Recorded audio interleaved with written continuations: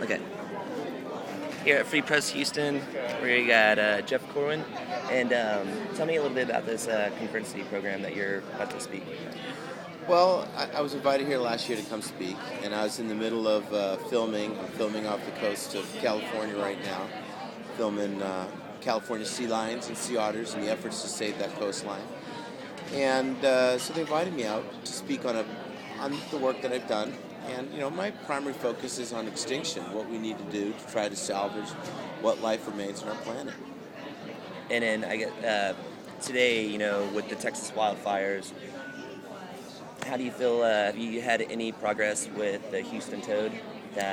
Because in Bastrop, I don't know if you know, but the Houston Zoo is dropping all the toads over in Bastrop, and with the fires, and the fires going through it, right? Yeah, and I know the folks that run the zoo over there, and I know about that program intimately.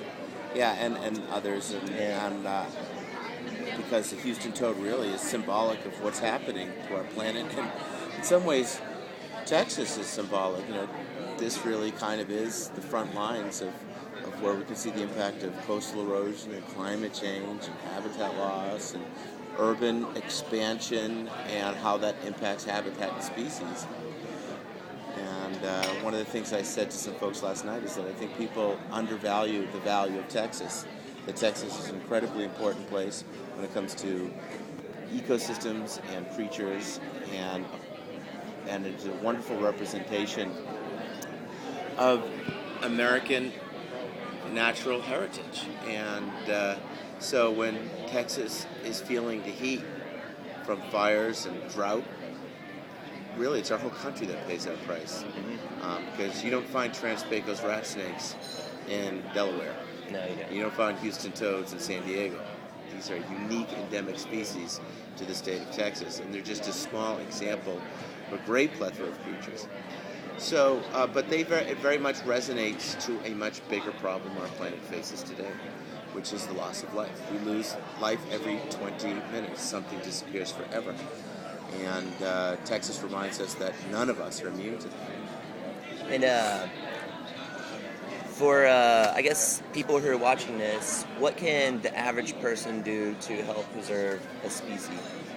Well, I think we all have to realize that we're all accountable. Yeah, we are. Everything you do in your life has an impact in some way, whether it is positive or negative. You really have to make a decision of what you want your footprint to be on this planet.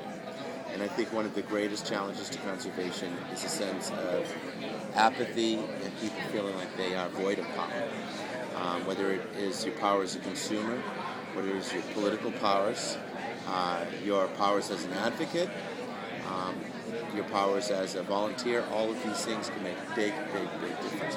But ultimately it comes down to consumption. And, Americans, we consume and use more than anyone else does on the planet.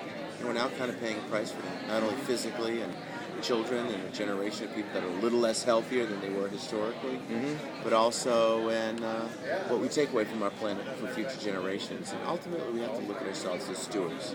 How do we use things sustainably? How do we tap into renewable things and protect those things that are more fragile? Exactly. So how do you feel about in the future there is no future? Excuse me, just that last question, and he's kind of got other stuff to do. Okay, yeah, that's it. What was the last question? How do you feel about the quote, in the future there is no future? I believe there is a future. I'm very hopeful. Absolutely. We have that ability to peer into a crystal ball that no species can do. We can look into the future and understand things. And we have made radical changes. We have national parks. That was based on the concept of looking in the future. We have the Endangered Species Act. That's based on the idea that the Houston toad is alive today. Someone looked into the future. Which is the first amphibian to be on the Endangered Species Act. So I believe there is hope, but there's a sense of urgency, incredible urgency. And we can't bring back species we've lost.